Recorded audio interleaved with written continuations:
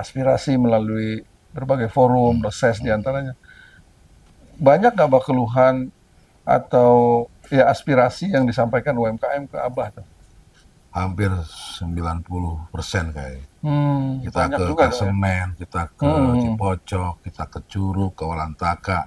hmm, Emak-emak itu ya sebagian besar adalah pelaku UMKM. hmm. Dari Ya, ya. mulai pedagang yang di warung biasa dia, Hmm, kemudian bikin telur asin, kemudian hmm. kerajinan tangan, Ya. dan mereka sebagian besar itu bekerja dari permodalan, Oh, urusan permodalan. memang itu menjadi persoalan klasik, tapi ya menjadi hal yang paling Ya, penting, itu yang dibutuhkan oleh mereka saat ini, urusan permodalan ya. permodalan.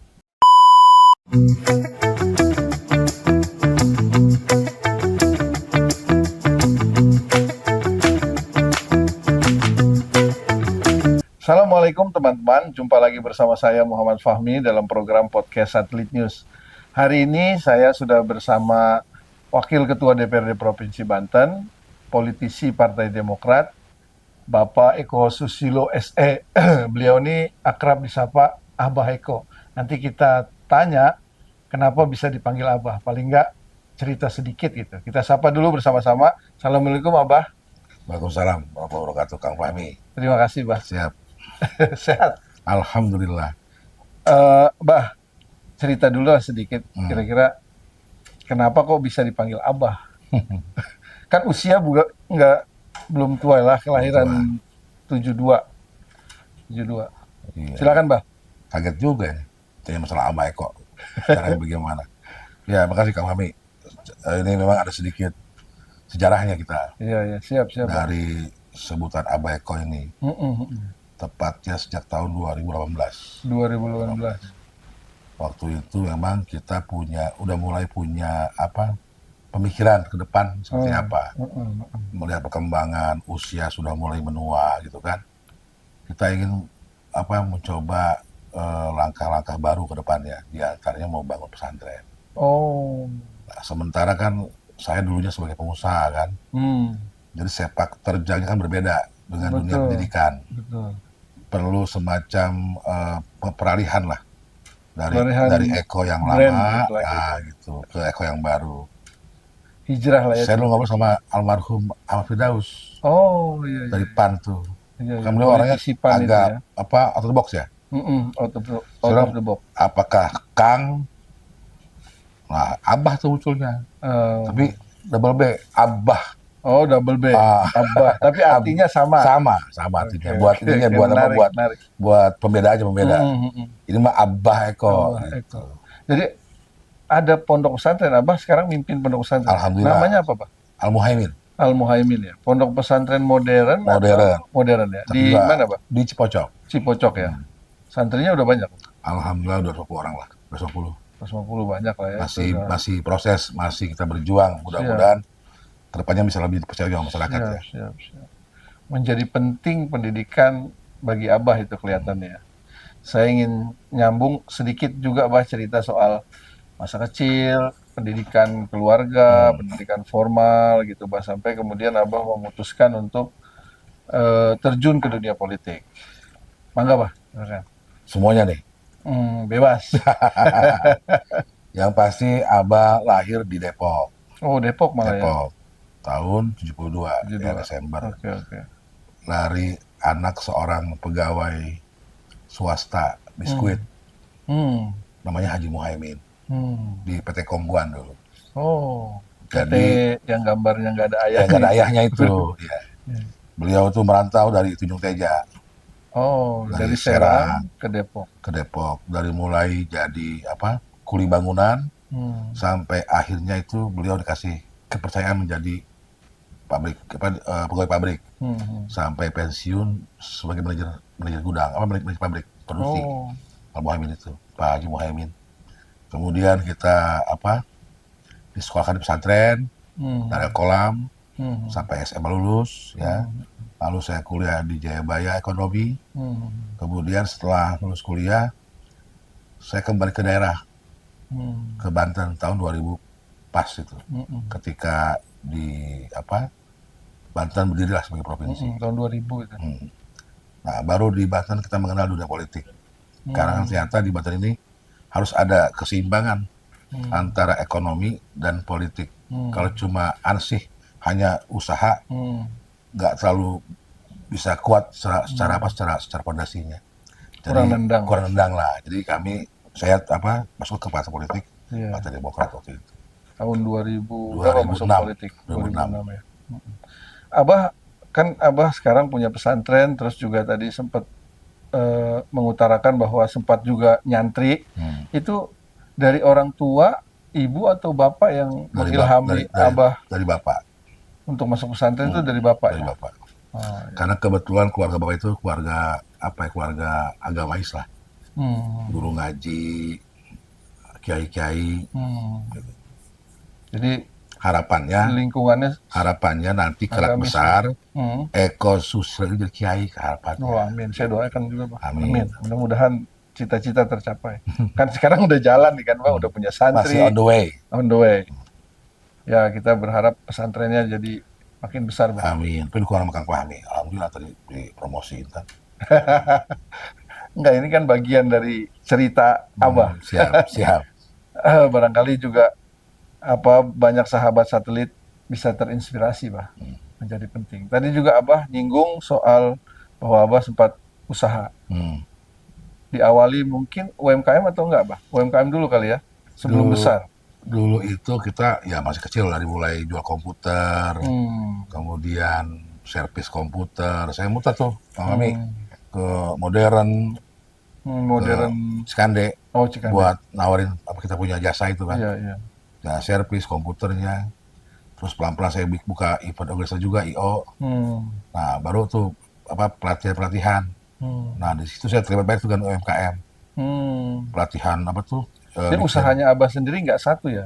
Ada beberapa. Ya. Karena kalau satu nggak cukup, kami harus bisa banyak penawaran. Kantongnya Abah banyak, jadi satu nggak cukup. Harus diisi semua kan? Gede badannya kan? Oh, gede badannya, makannya juga banyak. Makan juga banyak itu, cocok doang. Nah, sekarang Abah wakil ketua DPRD, dipercaya masyarakat untuk mewakili mereka. Nah, saya ingin tarik ke apa pendapat Abah, pandangan Abah tentang UMKM di Banten saat ini, Pak. Ya, UMKM ini sudah terbukti sebagai usaha masyarakat yang paling kuat secara fondasi. Memang kecil, tapi mereka justru jauh lebih lebih stabil, lebih bertahan hidup, gitu. Ya, lebih petarung lah mereka itu. Bahkan mereka berani pakai bank emok untuk modal kerjanya, dan nggak pernah gagal bayar. Jadi memang kalau secara kekuatan ekonomi ya UMKM itu luar biasa. Walaupun memang saat ini masih belum bisa pemerintah mengayomi secara maksimal ya untuk UMKM ini gitu. Ya, tapi sebelum ke sana saya ingin cerita sedikit dari Abah. Pastikan sebagai politisi, anggota DPRD, Abah suka turun ke masyarakat, mendengarkan aspirasi melalui berbagai forum, reses diantaranya. Banyak nggak Abah keluhan atau ya aspirasi yang disampaikan UMKM ke Abah tuh? Hampir 90% kayaknya. Kita ke Kasemen, kita ke Cipocok, kita ke Curug, ke Walantaka. Emak-emak itu ya sebagian besar adalah pelaku UMKM. Dari mulai pedagang yang di warung biasa dia, kemudian bikin telur asin, kemudian kerajinan tangan, dan mereka sebagian besar itu bekerjanya dari permodalan. Urusan permodalan. Memang itu menjadi persoalan klasik, tapi ya menjadi hal yang paling penting. Itu yang dibutuhkan oleh mereka saat ini. Urusan permodalan. Sejauh ini Abang ngelihatnya gimana itu? Apakah mereka berharap kepada pemerintah atau ada pinjaman lunak dari perbankan? Mereka itu bukan orang yang manja. Bagi mereka selama itu ada semacam kebijakan yang bisa mempermudah, bisa minjam uang ke perbankan secara lebih mudah, itu yang mereka harapkan. Nggak cuma masih bantuan, nggak begitu. Seperti hibah gitu ya. Kalau DPRD, Bah, sejauh ini sudah melakukan apa untuk UMKM? Setahun ini saya baru setahun nih Pak, Oke. DPRD ya. kita fokus memang bagaimana agar Pemprov bisa membantu itu, baik secara langsung atau nggak langsung. Nah, saat ini kan memang belum ada payung hukumnya untuk bisa membantu mereka secara permodalan. Makanya kami mendorong itu agar ada regulasinya yang bisa mengatur dari mulai mempersiapkan segala macamnya sampai dengan siap ke pasar gitu. Nah, Itu masuk sudah rencana payung hukumnya sudah masuk. sudah perda sekarang. Oh, sudah perda. Sudah perda. Tinggal di pergub. pergubnya lah, penguatan dari gubernur. Jadi sedikit ngomong itu, Bah, Perda itu kira-kira apa manfaatnya bagi UMKM? Terutama soal permodalan. Yang pasti kan begini, kemampuan UMKM itu kan nggak cuma kemampuan manajemen, tapi permodalannya juga, lalu kemudian aksesnya, kemudian kemampuan dalam manajerialnya, teknisnya. Nah itu kalau misalkan itu perda bisa kita jalankan, maka Pemprov atau OPD-OPD terkait bisa betul-betul membuat program yang sesuai dengan itu. Gitu. Ada payung hukumnya yang jelas. Nggak disahin lagi mau ngasih modal sekian juta, ada payung hukum yang jelas. Gitu. Jadi pada akhirnya UMKM merasa diperhatikan oleh pemerintah. Kalau sekarang kalau mohonnya Bu ya, mudah-mudahan nih Abah Eko bisa menyampaikan ke Bapak Gubernur, ya kan? Bisa berjuang agar bisa nanti Bang Emok kita singkirkan, gitu. Betul. Ya mereka pasti seneng lah, ya. Harus senang kalau terjadi. Kalau belum ya seneng lah. Tapi serius kan? Insya Allah serius lah. Kita ini kan wakil rakyat. Betul. Bukan wakil gubernur kan? Kita wakil rakyat. Tapi kalau Abah sejauh ini melihat program pemerintah provinsi terkait UMKM kayak apa, Pak?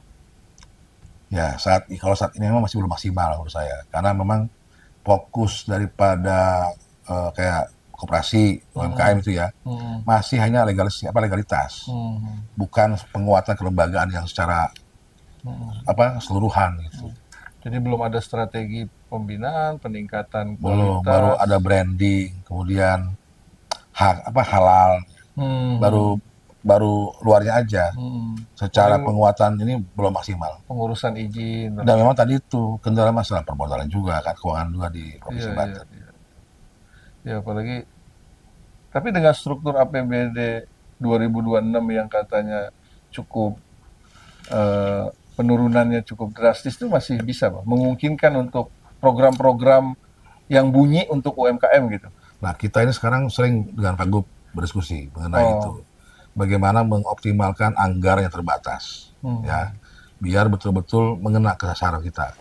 Makanya kita sedang buat konsep dengan Komisi 2, konsep pemberdayaan masyarakat, baik itu UMKM-nya, baik itu pertaniannya, semua, yang betul-betul dari hulu ke hilir bisa kita optimalkan gitu, Pak. Jadi anggaran yang terbatas itu bisa maksimal hasilnya. Ya kan harus lebih ini kita cerdas kan? Iya betul, Bah. Ya, saya tarik sedikit nih, Bah, ke persoalan kebijakan. Menurut Abah, perlukah ada kebijakan instansi pemerintah atau BUMD dalam hal ini atau swasta diwajibkan untuk membeli, katakanlah gitu ya, produk UMKM sebagai bentuk dukungan mereka?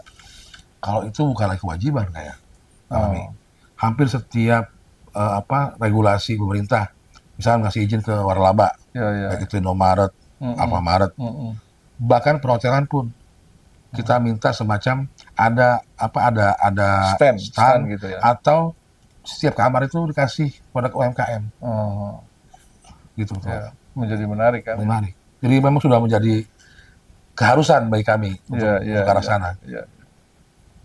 Jadi kan saya sempat baca itu, Bah, terkait sebetulnya UMKM kita tuh punya daya saing yang kuat. Kalau nggak salah laporan tahun lalu tuh Bank Indonesia itu saya pernah baca ada 10% UMKM kita itu yang produknya tuh udah ekspor. Berarti kan sebetulnya kuat UMKM kita itu, Bah, ya. Tinggal didukung aja gitu ya. Ya kan kalau misalkan pemerintah sudah mulai menyusun perencanaan yang maksimal untuk UMKM, kita pisahkan mana yang masih kecil, mana yang udah bisa naik skalanya menjadi lebih besar, mana yang udah besar. Tinggal nanti dibuat sama kita mana yang siap ekspor, mana yang hanya lokal. Sekarang hanya masih banyak yang itu dunia kuliner kalau sekarang UMKM-nya Oh banyak iya, kan.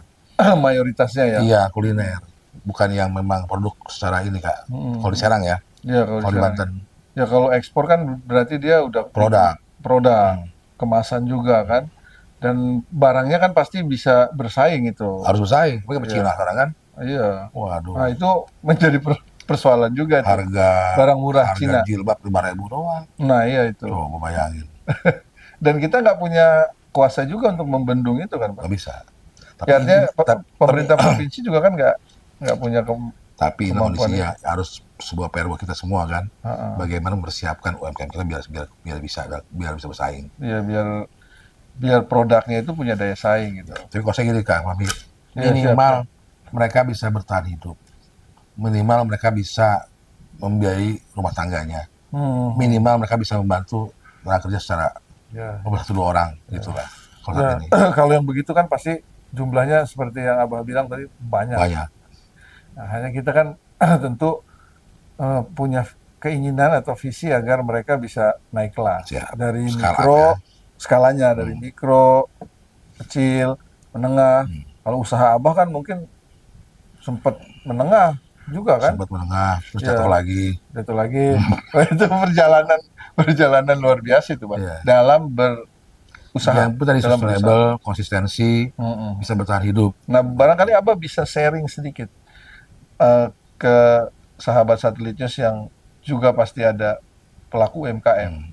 Gimana Abah bisa begitu kuat tadi bercerita membangun usaha, jatuh lagi, coba Bangkit lagi, lagi, bangkit lagi, jatuh lagi, jatuh lagi. Berapa kali jatuh tuh, Pak? 4 kali jatuh. Kalau orang jatuh kepleset benjol tuh. Gimana Pak Yang kira-kira? sering Apa itu? diabaikan oleh semua kita nih dalam Iya, iya, usaha adalah iya, iya. manajemen, Iya, iya. manajerial. Kemudian teamwork. Kalau saya sejak awal di punya usaha Memang tuh, problem-problem UMKM dah itu ya. iya, jadi harus berani kita pakai tim. Mm-mm. Ada orang keuangan sendiri, ada orang makan sendiri. Jadi semua bekerja secara secara kolektif. Mm-mm. Kalau sendirian, tahu sendiri kan mikirin Iya, iya, utang iya. sendirian, mikir produksi Produk sendirian. sendirian. Dia mati, ya mati Iya, untuk perusahaannya. ya, Nah, bagus nggak pecah itu kalau kepala. kita sekarang alhamdulillah, Kang Mami, walaupun saya udah nggak lagi di perusahaan, Tapi masih usaha kan? jalan terus. Oh jadi udah Alhamdulillah, autopilot. udah autopilot. Oh berarti udah Alhamdulillah. mengadaptasi manajemen, Manajemen, itu wajib manajemen. manajemen modern lah ya. Sementara kalau di Serang kan di Banten agak kurang itu. Nah itu yang perlu ditularkan tuh, Pak. Hmm, Jadi memang betul bahwa UMKM tuh apa namanya kadang mengabaikan persoalan manajemen, bersama manajemen. pengelolaan keuangan juga. Kan kayak Jadi kayak gampang-gampangin. branding itu kayaknya sepele kan. Oh Nama betul, doang. betul. Padahal enggak juga. Itu kalau kita bisa perkuat punya branding Heeh. jadi sebuah apa namanya? Brand kita ya, Brand kita, identitas, identitas kita kan identitas. jadi bagus. Betul. Ya kadang orang kan terjebak pada pemasaran aja tuh, Pak. Hmm. Pada bagaimana memasarkan Atau produk. hanya asal aku dijual aja udah. Nah, Kumangke eta mah. kayak iya iya. Iya. Ya. Ya jadi memang begitu ya. Hmm. Persoalan UMKM tuh banyak karena itu Abah fokus Ya di situ ya. fokus itu dan manajerialnya, teamworknya, hubungan dengan sama tim itu harus dijaga betul sama kita. Sampai kemudian Abah sekarang usaha-usahanya autopilot tuh yang melaksanakan sekarang siapa, Bang? Ada Ada tim karyawan, orang-orang profesional. orang Jadi memang harus diurus oleh mereka yang ngerti juga yang ya. ngerti juga, Kalau enggak ya jatuh lagi. jatuh lagi, bangun lagi pokoknya.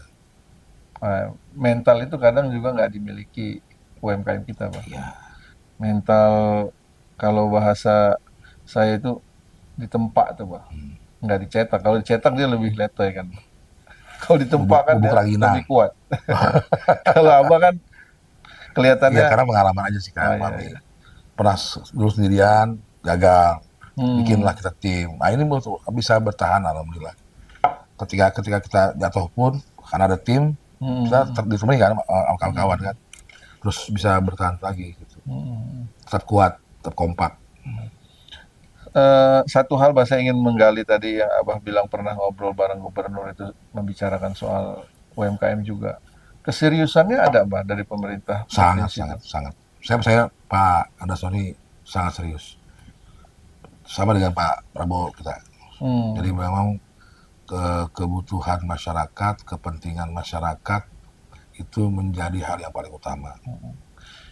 Biasanya kan gini, Pak, perdanya udah ada, tapi peraturan kepala daerahnya lama gitu. Nah ini yang kita dorong, Kang Oh, Fahmi, dan insya Allah beliau mau keluarin, oh gitu ya. segera keluarin.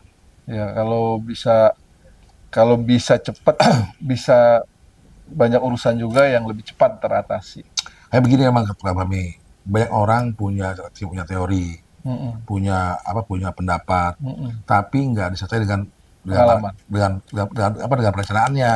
Kan Oh, kalau pemerintah itu harus punya beberapa tahap-tahapan. iya iya.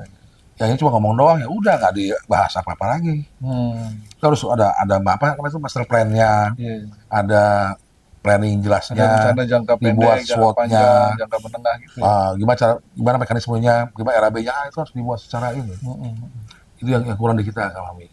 Oh iya, Bahkan iya. teori-teori, Teori. teori tok, Itu ya. nggak mau capek untuk ngurus sampai itu beres gitu. Oh. Nah kalau sekarang kan perpaduan antara dewan muda, dewan senior Mm-mm. cukup bagus. Hmm. Jadi ada yang kenceng, ada Hmm. yang ngedoain, gitu Iya, kan. iya, iya. Jadi Jadi bagus komplit, kami, komplit, komplit. komplit, gitu. Ada barangkali ada pesan-pesan misalnya yang ingin Abah sampaikan kepada pelaku UMKM, Bah.